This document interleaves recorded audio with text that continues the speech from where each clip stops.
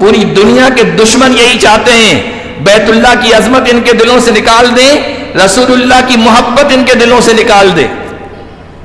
ایک شخصیت سے، ایک پرسنالٹی سے، ایک آئیڈیل شخصیت سے کوئی محبت کرے، محبت کا اظہار کرے اور اس سے دشمنوں کو تکلیف ہو جائے، کیا آپ اس سے اندازہ نہیں لگا سکتے ہیں کہ ایمان سے اور اس نبی پاک صلی اللہ علیہ وسلم کی محبت سے کتنا مضبوط تعلق ہے؟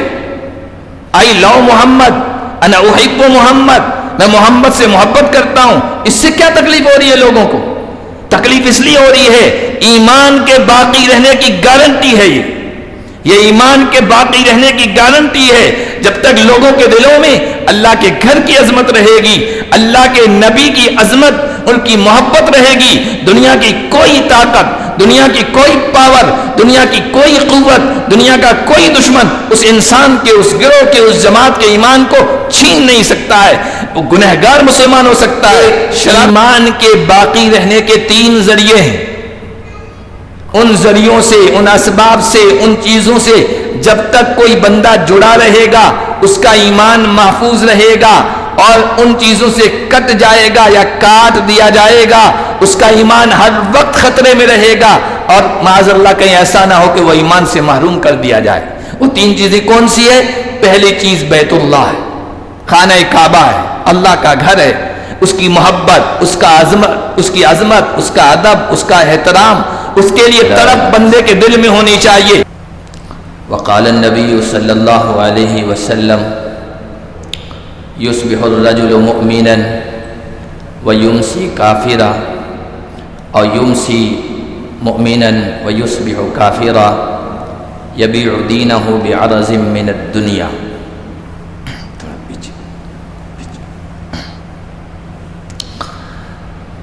وقال النبی صلی اللہ علیہ وسلم ان هذه الامة لا تزال بخير ما عظموا هذه الحرمة يعني الكعبة حق تعظيمها فإذا ضيعوا ذلك هلكوا أو كما قال النبي صلى الله عليه وسلم۔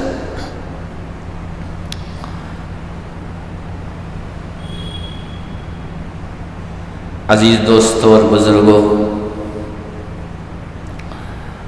قرآن کریم کی 7ویں پارے کی سورۃ المائدہ کی ایک آیت میں نے آپ کے سامنے پڑھنے کی اور نبی پاک صلی اللہ علیہ وسلم کے ایک ارشاد اور آپ کی ایک حدیث پڑھنے کی سعادت حاصل کی ہے، اس کی روشنی میں کچھ باتیں عرض کرنا چاہتا ہوں۔ قرآن کریم کی جو آیت پڑھی اس میں اللہ تعالیٰ نے 4 چیزوں کو اس دنیا کی بقا یعنی باقی رہنے کا مدار اور بنیاد بتائی۔ 4 چیزیں جب تک اس دنیا میں رہے گی یہ دنیا باقی رہے گی، اور ان میں سے بھی 3 چیزیں تو پہلی والی چیز سے جڑی ہوئی۔ تو اس کا مطلب یہ ہے کہ ایک چیز ہے جو اس دنیا کی بقا کا ذریعہ ہے، باقی رہنے کا ذریعہ ہے۔ جب تک وہ اس دنیا میں، اس دھرتی پر، روئے زمین پر باقی رہے گی تب تک یہ دنیا باقی رہے گی، اور جب وہ چیز اس دنیا سے ختم ہو جائے گی یہ دنیا بھی ختم ہو جائے گی، دنیا کی بساط لپیٹ دی جائے گی۔ اللہ نے فرمایا جعل اللہ الکعبۃ البیت الحرام قیاما للناس۔ اللہ تعالیٰ نے کعبہ کو، اللہ کے محترم گھر کو، اس انسانیت، اس کائنات کی باقی رہنے کا ذریعہ بنایا۔ قیام جس کی بنیاد پر کوئی چیز کھڑی ہو۔ مال کو بھی اللہ تعالیٰ نے دنیاوی زندگی کے لیے قیام بتایا ہے قرآن کریم میں، اور کعبہ کے لیے بھی یہ قیام کا لفظ استعمال ہوا ہے۔ پھر اس کے بعد محترم مہینوں کو، قربانی کے جانور جو بیت اللہ کے لیے بھیجے جاتے ہیں ان چیزوں کو، 4 چیزیں ہیں، لیکن سب سے پہلی چیز، بنیادی چیز، وہ کعبہ کو بتایا ہے۔ کعبہ مدار کائنات، جیسے وہ چکی ہوتی تھی پہلے، اس کے بیچ میں قطب ہوتا تھا جس کے ارد گرد چکی گھومتی تھی، کعبہ بھی پوری کائنات کے لیے اسی کی مثال رکھتا ہے، اسی کے مانند۔ تکوینی اعتبار سے، کائنات کے اعتبار سے، دنیا کے اعتبار سے اللہ تعالیٰ نے ازل سے کعبۃ اللہ کو شروع سے کائنات کا مدار بنایا ہے۔ لوگوں کی زندگی کعبہ کے ارد گرد گھومے گی، اور جو لوگ کعبہ اور کعبہ کے ارد گرد رہتے ہیں ان کی تو ضروریات، ان کے تقاضے، ان کی حاجتیں، ان کی جو نیڈس ہیں وہ سب کعبے کی برکت سے پوری ہوں گی۔ جب سے کعبہ ہے، حضرت ابراہیم علیہ السلام اور ان کے فرزند نے جب سے اس کی بنیادوں کو اٹھایا ہے، تب سے وہاں پر وہاں کے جانے والوں کے لیے اور وہاں کے باشندوں کے لیے کعبے کی برکت سے ساری ضروریات پوری ہو رہی ہے، اور اس طرح پوری ہو رہی ہے کہ دنیا کے کسی کونے میں کسی گروہ، کسی جماعت، کسی ملک کے باشندوں کی ضروریات میں کمی آ سکتی ہے، بیت اللہ کے ارد گرد رہنے والوں کے لیے کسی چیز کی کوئی کمی نہیں آئے۔ کعبہ مقناطیس کی حیثیت رکھتا ہے، جیسے میگنیٹک ہوتا ہے، مقناطیس ہوتا ہے، کہیں رکھ دو وہ ارد گرد لوہا ہوتا ہے اس کو اپنی طرف کھینچتا ہے نا، اسی طرح کعبہ لوگوں کو اپنی طرف کھینچتا ہے۔ کیا چیز ہے اس میں؟ وجہ کشش کیا ہے نہیں پتا لوگوں کو، کچھ بظاہر کوئی ایسی چیز نظر نہیں آتی ہے کہ لوگ کھینچ کھینچ کے کعبے کی طرف جائیں۔ سوئٹزرلینڈ لوگ جاتے ہیں، کشمیر جاتے ہیں، منالی جاتے ہیں، مسوری جاتے ہیں، دنیا کے سرسبز و شاداب علاقوں میں جاتے ہیں، وہاں وجہ کشش ہے، سمجھ میں آتا ہے، ندی نالے ہیں، جھرنے ہیں، واٹر فال ہیں، اور کیا کیا چیزیں ہیں جو لوگوں کو اپنی طرف کھینچتی ہے۔ کعبے میں اور ارد گرد بظاہر کیا چیزیں ہیں؟ کالے کالے پہاڑ ہیں، سبزے کا نام و نشان نہیں، کسی پہاڑ پر کوئی ہرا بھرا درخت آپ کو نظر نہیں آئے گا۔ کبھی غور کیا ہو آپ نے؟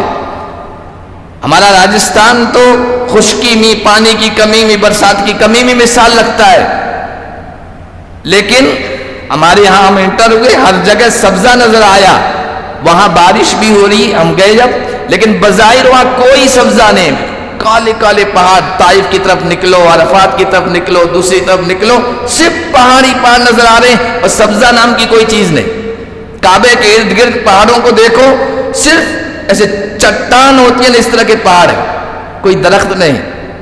تو کیا چیز ہے جو کعبے کے اندر ہے اور پوری دنیا کے لوگوں کو اپنی طرف کھینچ رہی ہے؟ دعائے ابراہیمی۔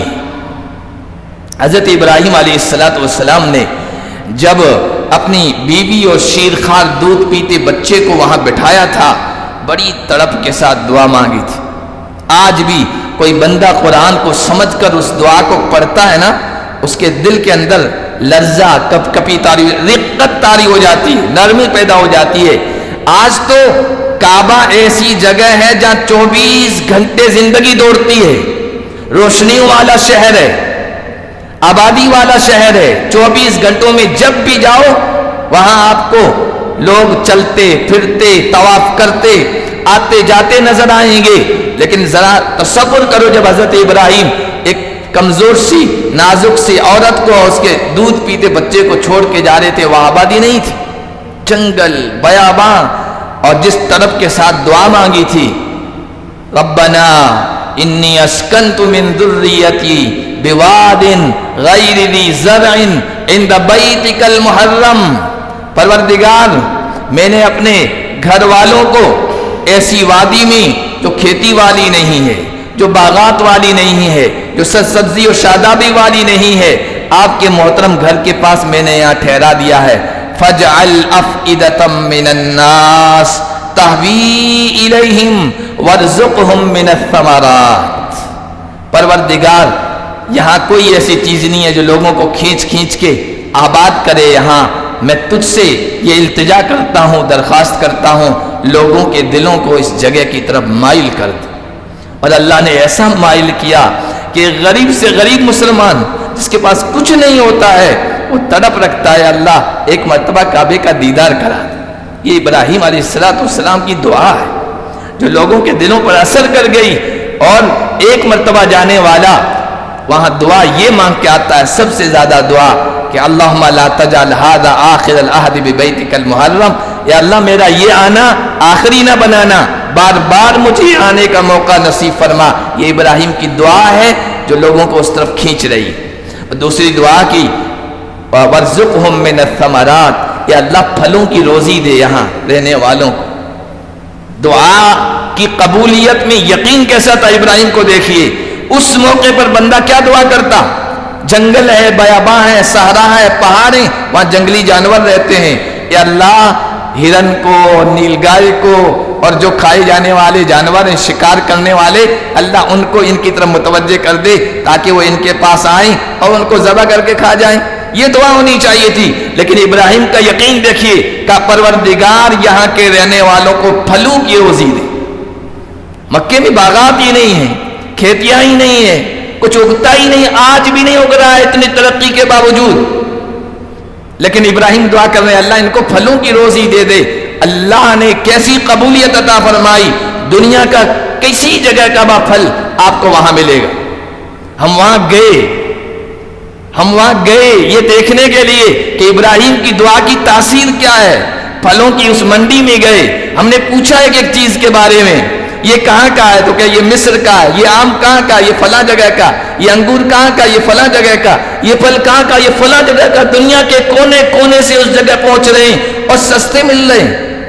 وہاں جو لوگ رہتے ہیں کھانے پینے کا انتظام کرتے ہیں، ہم نے ان سے پوچھا تو کہا کہ مدینہ باغات والا شہر ہے، وہاں پھل فروٹ وغیرہ مہنگے ملتے ہیں، کعبے میں سستے ملتے ہیں، یا بیت اللہ میں سستے ملتے ہیں، مکہ مکرمہ میں سستے مل رہے، اس لیے وہاں خوب پھلوں کا انتظام ہوتا ہے۔ وَارْزُقْهُم مِّنَ الثَّمَرَاتِ، ابراہیم نے دعا مانگی اللہ لوگوں کے دلوں کو مائل کر دے اور پھلوں کی روزی دے۔ اللہ نے کیا قبول عطا فرمائی، ہم اپنی آنکھوں سے دیکھ رہے ہیں۔ اللہ نے بیت اللہ کو کے بارے میں فیصلہ کیا تھا کہ اس دنیا کی آبادی کا ذریعہ بنائے گا، وہ جگہ بھی آباد ہے اور اس کی وجہ سے دنیا بھی آباد ہے۔ خورد و نوش کی چیزیں، کھانے پینے کی چیزیں بڑے پرسکون انداز سے ان کو مل رہی ہے۔ امن وجعل، فرمایا تھا ھذا البلد آمنا، پروردگار اس شہر کو امن والا بنا، اور اللہ نے ایسا امن والا بنایا وہاں کوئی کسی جانور کو نہیں مار سکتا ہے دنیا کا کوئی خطہ، کوئی علاقہ، کوئی جگہ جہاں یہ پابندی ہو کہ کوئی جانور کسی جگہ بیٹھا ہو آپ اس کو بدکا نہیں سکتے۔ سائے کی جگہ بیٹھا ہے، کتنی گرمی ہوتی ہے، وہ سائے کی جگہ بیٹھا ہے، حاجی کو زائر کو سائے کی ضرورت پڑی ہے، اس کو بدکا گئے نہیں، وہاں بدکا بھی نہیں سکتا ہے۔ ایسا اللہ تعالیٰ نے اس کو قبولیت ایسی عطا فرمائی، اس کو یہ شرف عطا فرمایا اس زمانے میں جبکہ عرب کے لوگوں پر کوئی حکومت نہیں تھی جو کنٹرول کر سکے، جو امن قائم کر سکے۔ اس زمانے میں بھی اللہ نے حرم کو، عظمت حرم کی ایسی ڈالی تھی لوگوں کے دلوں میں، باپ کا قاتل بھی اگر حرم میں آ جاتا تھا وہ اس کو ہاتھ نہیں لگاتے تھے۔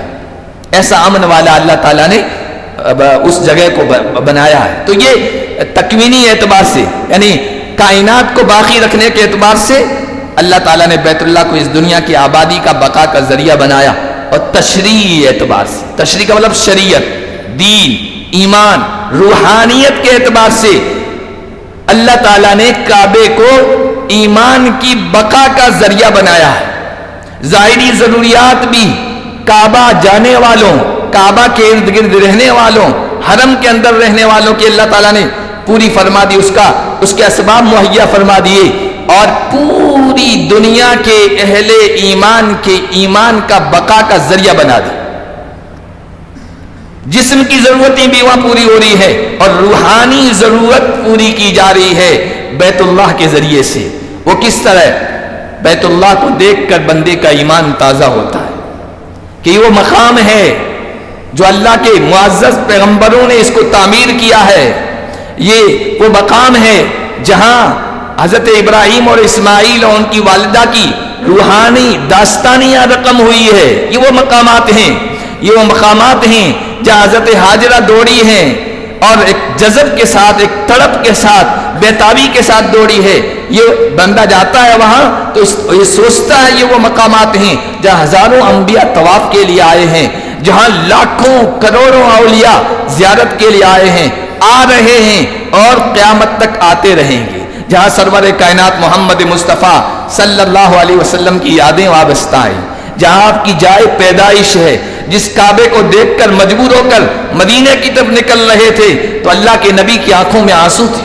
بہت کم ایسے موقع ہیں نبی صلی اللہ علیہ وسلم کی زندگی میں، آپ تو جری تھے، بہادر تھے، حوصلہ مند تھے، لیکن بہت کم ایسے موقع ہیں جہاں آپ کی آنکھوں سے بھی آنسو ٹپک پڑے تھے۔ ان میں سے ایک موقع ایسا تھا جب بیت اللہ چھوڑنے پر مجبور کیا جا رہا تھا، ہجرت کے موقع پر ایک خاص جگہ آئے، جب بیت اللہ پیچھے مڑ کر دیکھا تو نظر آیا تو کہا کہ اے اللہ کے محترم گھر، اے اللہ کے محترم گھر، میری قوم تجھے چھوڑنے پر مجھے مجبور کر رہی ہے، قسم بخدا اگر وہ مجھے مجبور نہ کرتی تو میں تیرا پڑوس کبھی نہیں چھوڑتا۔ اللہ کے نبی صلی اللہ علیہ وسلم کی یادیں وہاں سے وابستہ ہیں، اور وہی وہ مقامات ہیں جہاں پہلی وحی آئی ہے، اور یہی وہ مقامات ہیں جہاں پوری انسانیت کو روحانی غذا مل رہی ہے۔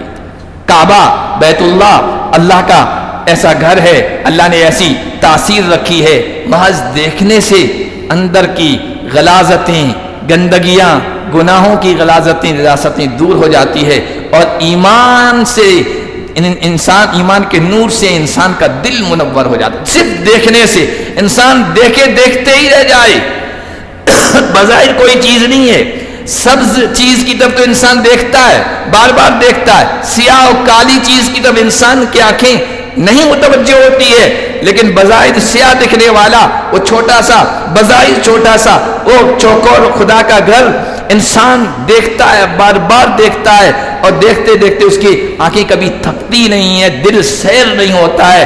جہاں پر اللہ کی تجلی اترتی ہے، انوارات اترتے ہیں، تو یہ ایمان تازہ ہوتا ہے۔ صفا اور مروہ پر اور قریب کے پہاڑوں پر نظر جاتی ہے، انسان کے ذہن و دماغ میں بات آتی ہے، یہ وہ جگہ ہے جہاں اللہ کے نبی نے، سرور کائنات نے کلمہ توحید بلند کیا تھا۔ کبھی دل میں یہ بات آتی ہے، یہ وہ بازار ہیں جہاں میرے پیارے آقا حضرت محمد مصطفیٰ صلی اللہ علیہ وسلم کے قدم پڑے ہیں، وہ نازک قدم پڑے ہیں، اور کبھی کبھی تصور میں آتا ہے تو انسان کی آنکھوں میں آنسو آ جاتے ہیں کہ وہ سرور کائنات کے قدموں کے تلے یہیں کافروں نے اور مشرکوں نے کانٹے بچھائے تھے، اور پھر حضور صلی اللہ علیہ وسلم کی محبت معجزن ہوتی ہے، اور آنکھوں سے اشکوں کے اور آنسوؤں کے نذرانے وصول ہوتے ہیں۔ تو یہ کعبہ جو ہے نا، یہ انسانوں کی ایمان کی بقا کا ذریعہ ہے، دنیا کے بقا کا بھی ذریعہ ہے، ایمان کی بقا کا بھی ذریعہ ہے۔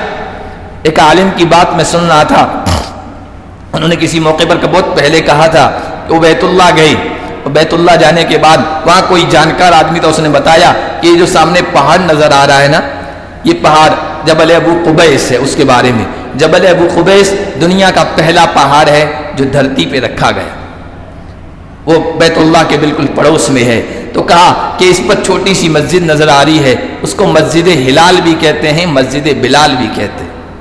مسجد ہلال، ہلال کا مطلب چاند ہوتا ہے، تو وہ نام اس لیے رکھا گیا کہ حضور نے جو چاند کے جو ٹکڑے ہوئے تھے معجزے کے طور پر مشرکین کو اسی جگہ دکھایا تھا، تو مسجد ہلال چاند والی مسجد ہو گئی۔ اور حضرت بلال رضی اللہ تعالی عنہ کو وہاں تڑپایا جاتا تھا، بعد میں ان کا مکان بھی وہاں بنایا گیا، تو پھر اس نسبت سے وہاں مسجد بعد میں تعمیر کی گئی۔ اب حضرت بلال کی ایمان کی داستانیں کوئی سنے اور اس کا دل نہ تڑپے تو یہ ہو ہی نہیں سکتا ہے۔ تو ایک آس ہی نکلی کہ وہ حضرت بلال کو یہاں تڑپایا گیا تھا۔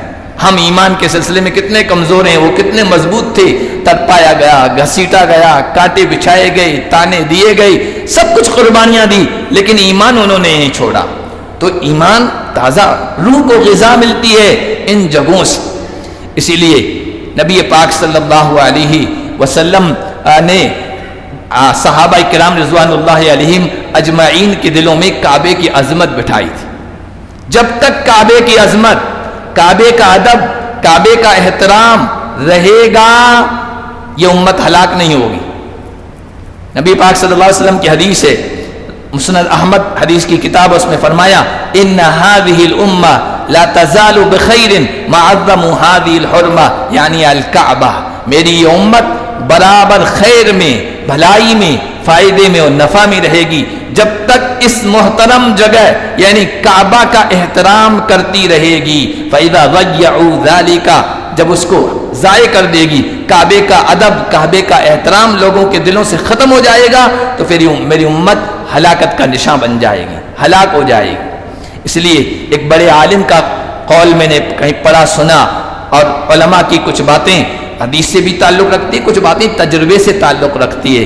انہوں نے کہا کہ ایمان کے باقی رہنے کے 3 ذریعے ہیں. ان ذریعوں سے، ان اسباب سے، ان چیزوں سے جب تک کوئی بندہ جڑا رہے گا اس کا ایمان محفوظ رہے گا، اور ان چیزوں سے کٹ جائے گا یا کاٹ دیا جائے گا اس کا ایمان ہر وقت خطرے میں رہے گا، اور معاذ اللہ کہیں ایسا نہ ہو کہ وہ ایمان سے محروم کر دیا جائے. وہ 3 چیزیں کون سی ہے؟ پہلی چیز بیت اللہ ہے، خانہ کعبہ ہے، اللہ کا گھر ہے.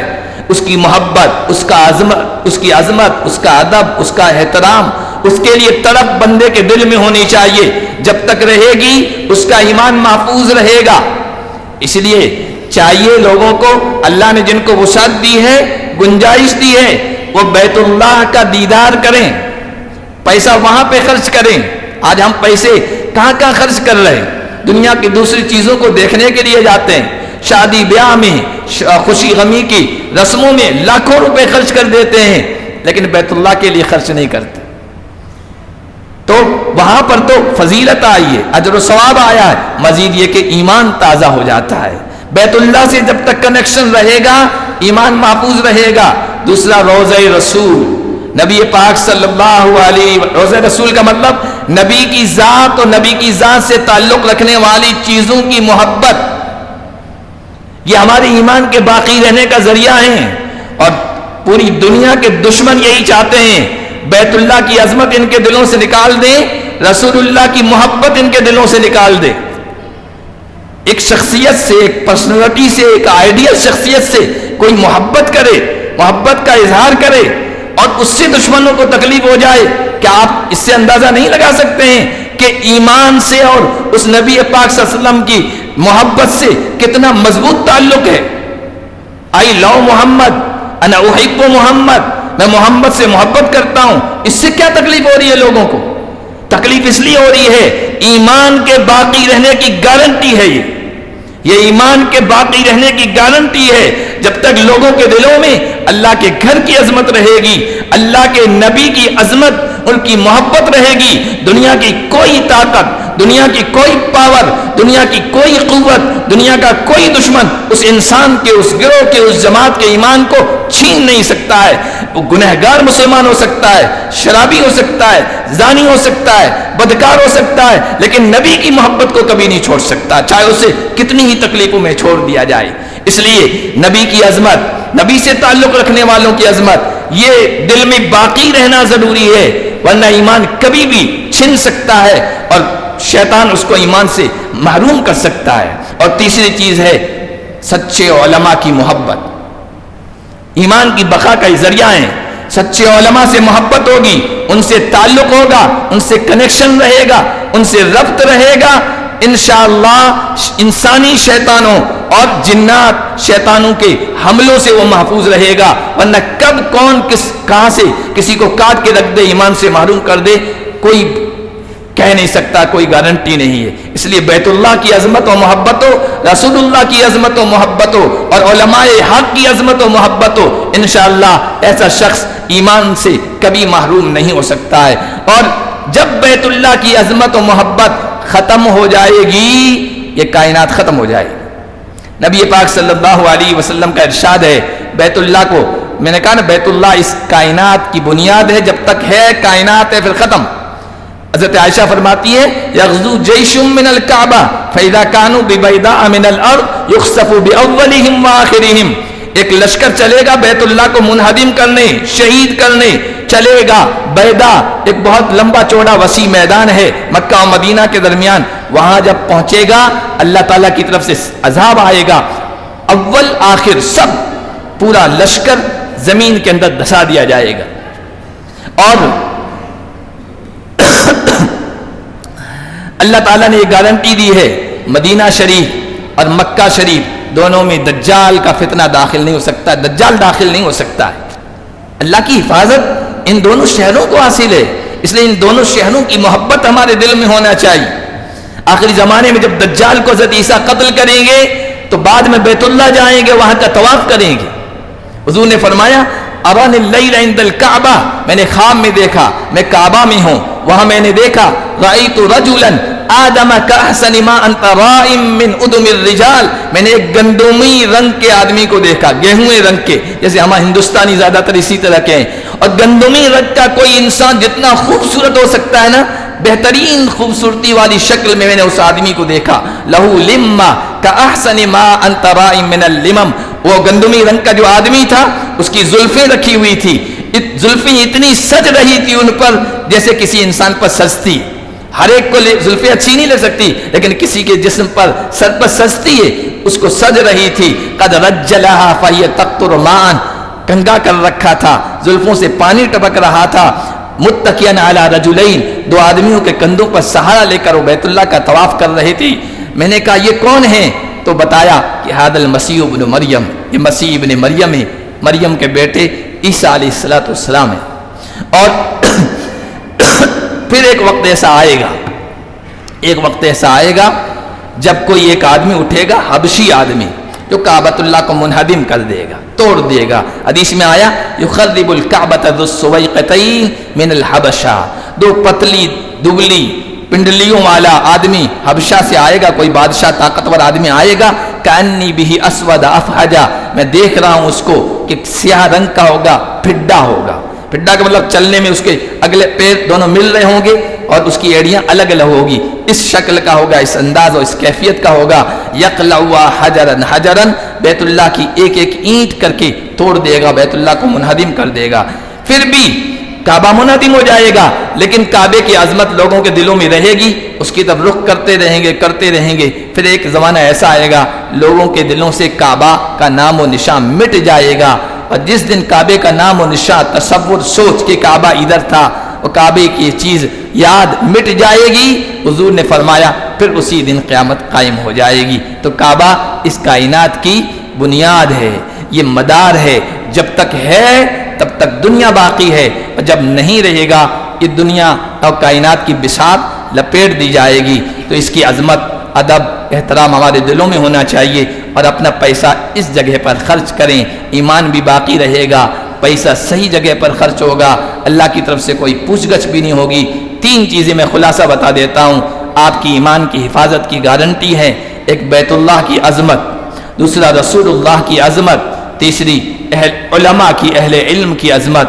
ان چیزوں سے جڑے رہیں گے، ربط رہے گا، تعلق رہے گا، دنیا کی کوئی طاقت آپ کو ایمان سے محروم نہیں رکھ سکے گی۔ اور جب ان چیزوں سے کنیکشن کٹ جائے گا، وہ کٹی ہوئی پتنگ کی طرح کون کہاں جائے گا، کس فتنے میں پڑے گا، کوئی پتہ نہیں۔ اللہ پاک ان تین چیزوں کی عظمت ہمارے دلوں میں پیدا فرمائے۔